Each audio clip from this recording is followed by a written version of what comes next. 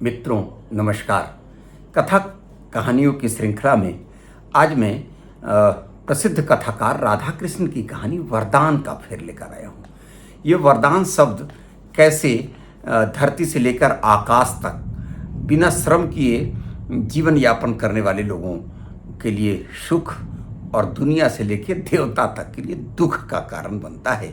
राधा कृष्ण की ये व्यंग्य कथा मुझको लगता है आज़ादी के पहले जितनी प्रासंगिक थी आज भी उतनी ही प्रासंगिक है।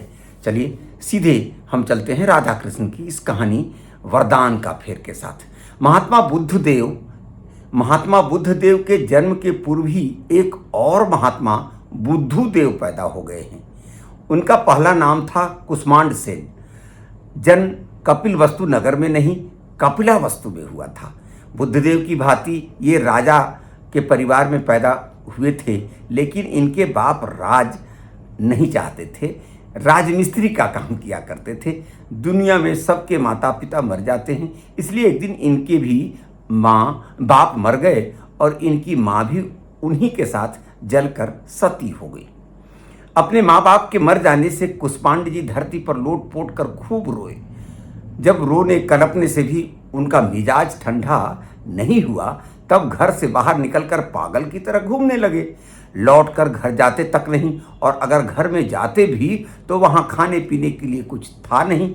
बाप तो मरने के बाद इनके लिए एक करनी छोड़ गए थे, वही राज मिस्त्री जो छोड़ के जाते हैं करनी बसली, एक करनी छोड़ गए थे। और माँ भंडार घर में एक खाली भांड रख गई थी। बस यही दो साधन थे। यह करनी और भांड किसी तरह भी खाना बड़ा कठिन था, इसलिए उन्होंने अपने आप को बिल्कुल भगवान के भरोसे छोड़ दिया और दर बदर घूमने लगे। किसी ने कुछ दे दिया तो खा लिए, और नहीं तो चुपके से सो रहे। पन्ही और पगड़ी से कोई सरोकार नहीं। एक फटी लंगोटी पहने जिसके द्वार पर पहुंच जाते वही साधु समझकर उनके चरणों पर लौट जाता था। ये किसी से बोलते चालते भी नहीं थे। इसी कारण लोगों का ख्याल हो गया था कि ये कोई पहुँचे हुए महात्मा है। आजकल बोलने से ज़्यादा लाभ नहीं बोलने से है। लोगों ने समझा कि ये पहुँचे हुए महात्मा हैं। इसी समय कुछ लोग उन्हें महात्मा बुद्धदेव कहने लगे। पीछे इनका यही नाम पड़ गया।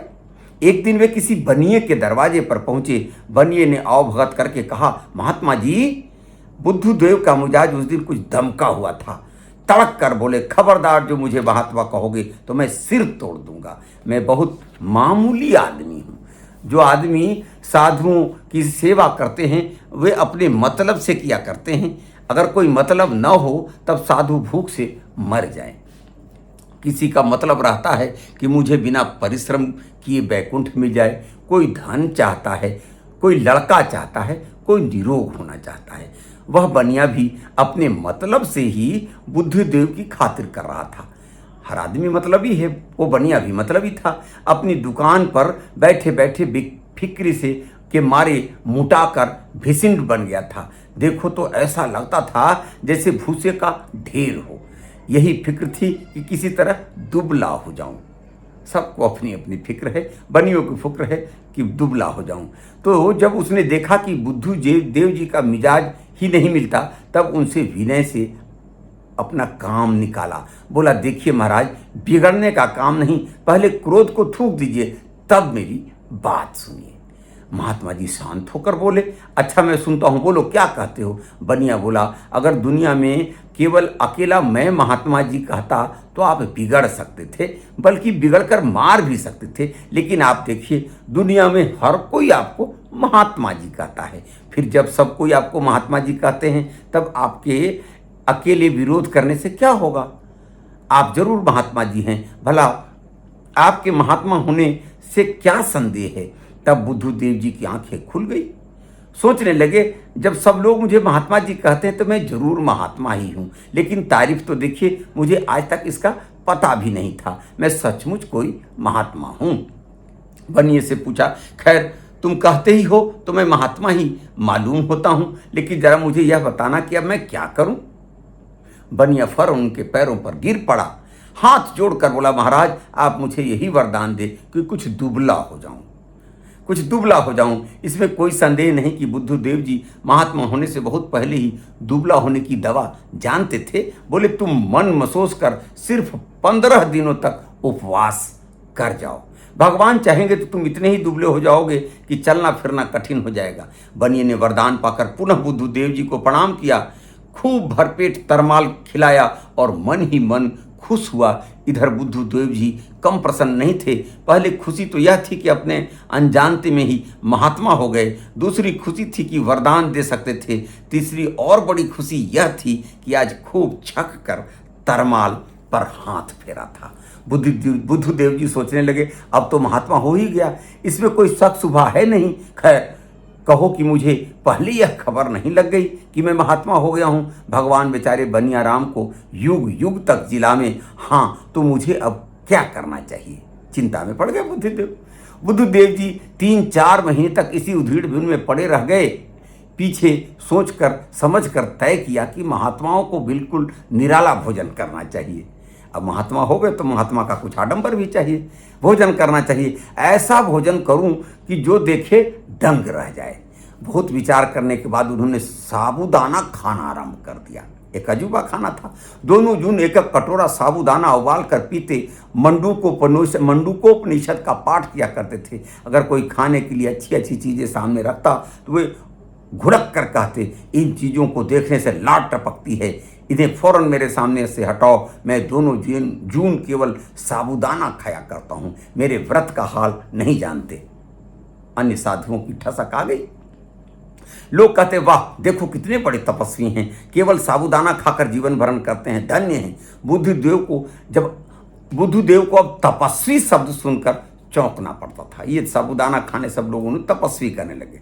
किसी ने महात्मा कहा, अब तपस्वी हो गए। महात्मा जी हो चुके थे, अब न जाने किधर से तपस्वी हो गए। इन्हें ख्याल आया कि अब तपस्वी हो ही गया तब थोड़ी तपस्या भी कर लेनी चाहिए। बस एक दिन चुपके से उठे और जंगल की राह ले ली। कहीं जंगल का इनका देखा भाला तो था नहीं। जंगल खोजते खोजते शहर जा निकले। मुश्किल से किसी तरह के जंगल पा सके।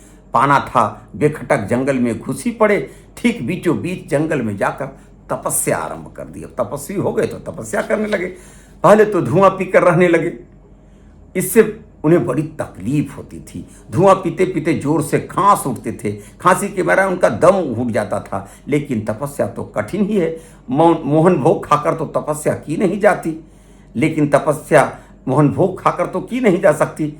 उन्होंने डट कर तपस्या की। कभी भड़भड़ा कर पानी में घुस गए तो 7 दिन तक वहीं टीले पर बैठे रहे। कभी उचक कर किसी पेड़ पर चढ़ गए तो वहीं उचक कर बैठे तो बैठे ही रह गए। कभी फल खाते थे, कभी कंदमूल, कभी मौज आ गई तो किसी पेड़ की सारी पत्तियां ही नोचकर चबा जाते थे।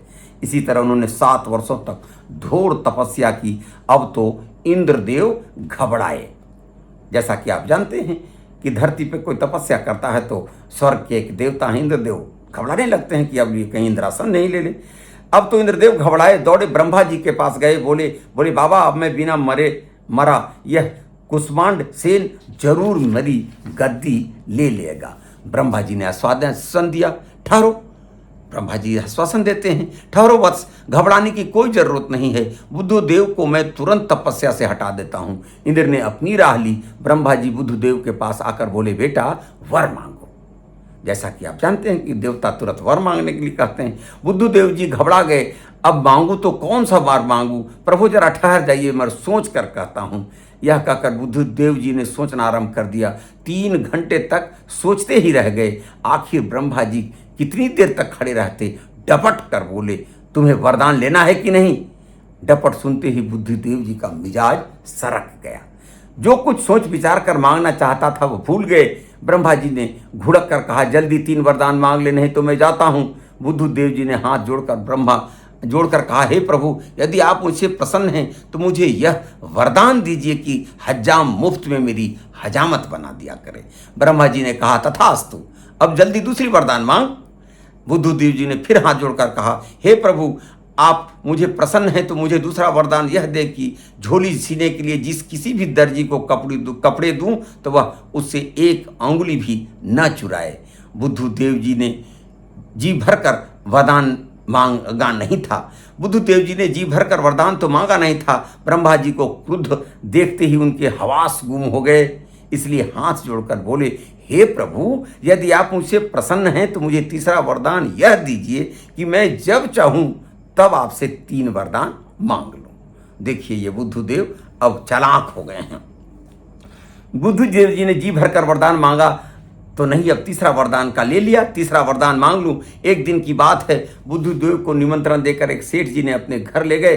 सेठ जी ने उन्हें खूब डट कर खिलाया और उनके सोने के लिए एक चारपाई का प्रबंध कर दिया। संयोग की बात, चारपाई में बहुत अधिक खटमल थे। इनके सोने से खटमलों ने धावा बोल दिया।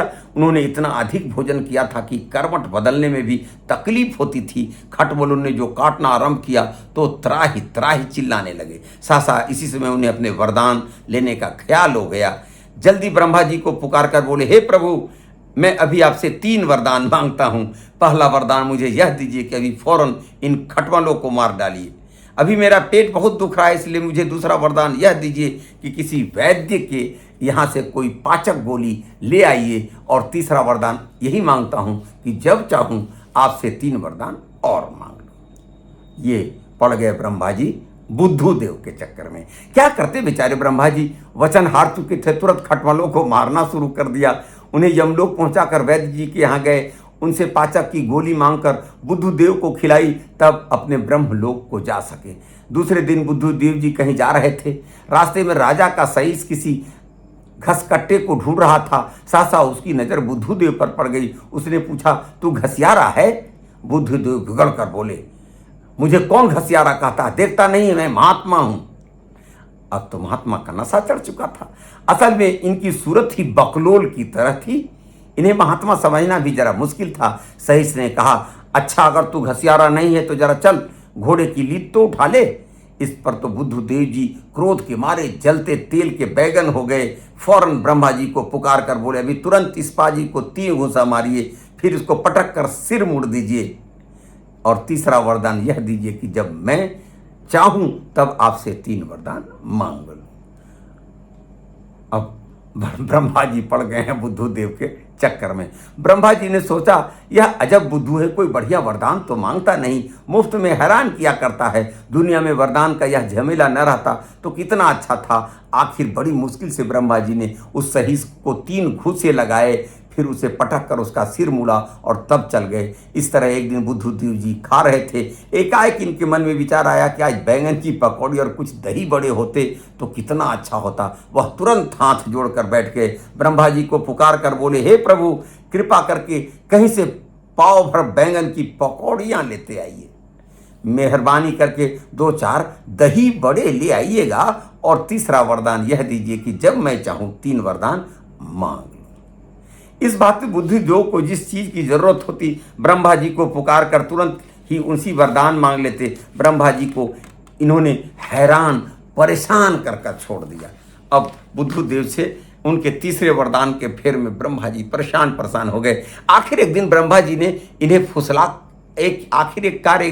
ब्रह्मा जी इन्हें फुसला कर स्वर्ग ले गए।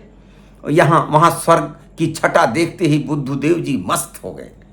अब ब्रह्मा उपाय लगाते हैं कि स्वर्ग ले जाते हैं, इसको इतना बार बार धरती पर बुला रहा है, इससे बेहतर है इसको स्वर्ग ले जाएं। आज जैसे दिल्ली ले जाते हैं नेता लोग, चलो अब दिल्ली में रहना और वहाँ मेरी पार्टियों के लिए जुगाड़ करना, वहाँ का सुख वैभव में रहोगे तो भुला जाओगे समस्या और पर्ची बनाकर आंदोलन करना। आखिर एक दिन ब्रह्मा जी उन्हें फुसला कर स्वर्ग ले गए। वहाँ स्वर्ग की छटा देखते ही बुद्धदेव जी मस्त हो गए। बोले, अब मैं दुनिया में नहीं जाना चाहता। जैसा कि अक्सर दुनिया में होता है कि एक बैग दुख की दुनिया से सुख के स्वर्ग में जाते हैं तो लोग फिर अपने उस जनता को, अपने उस भगवान को ही भूल जाते हैं। अब मैं दुनिया में नहीं जाना चाहता। ब्रह्मा जी तो यह चाहते ही थे, इन्हें स्वर्ग में रख लिया। उसी दिन यह कानून बनाया कि केवल भगवान के नाम पर तपस्या करने वालों को उसकी मनचाही चीज वरदान में नहीं मिला करेगी। भगवान ने तभी तय किया कि खाली भगवान की भक्ति करने से मनचाही वरदान नहीं मिला करेगी। अगर इन्हें शौक हो तो वो उसके लिए परिश्रम करें। ये सिर्फ वरदान के फेर में दुनिया नहीं चलेगी, दुनिया की व्यवस्था नहीं चलेगी। ब्रह्मा जी इस बात से वाकिफ हो गए। तब सिर्फ तपस्या करने वालों को वरदान देना छोड़ के श्रम करने वालों को भोजन की व्यवस्था हुई। तपस्या करने वालों को उसकी वरदान नहीं मिला करेगी। अगर उन्हें शौक हो तो वे उसके लिए परिश्रम करें। तब से देवलोक में यही नियम चलता है और अब किसी को भी वरदान नहीं दिया जाता, केवल वास्तविक परिश्रम का पुरस्कार दिया जाता है।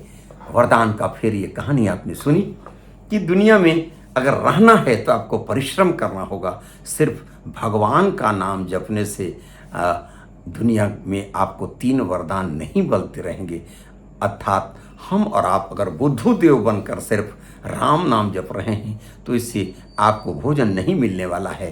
कुछ परिश्रम करें तभी भोजन मिलेगा, वरना कोई बुद्धू देव हम आज की दुनिया के लिए वह वरदान का अवसर नहीं छोड़ा है। हम परिश्रम करेंगे तभी भोजन मिलेगा। ब्रह्मा ने ऐसा फैसला कर दिया है। वरदान का फिर ये कहानी एक व्यंग्यात्मक कहानी है। आज भी बहुत सारे लोग ऐसा कह के जीना चाहते हैं। आपने रचनाकार राधा कृष्ण ने बहुत पहले ये कहानी लिखकर आज के समाज को एक कटु संदेश दिया है। विश्वास है ये कहानी वरदान का फिर काफ़ी प्रसिद्ध कहानी। अगर आपको अच्छी लगी हो तो आप अपने राय विचार देंगे ताकि मैं पुनः ऐसी एक कहानी लेकर आपके बीच आ सकूं। बहुत बहुत नमस्कार, धन्यवाद।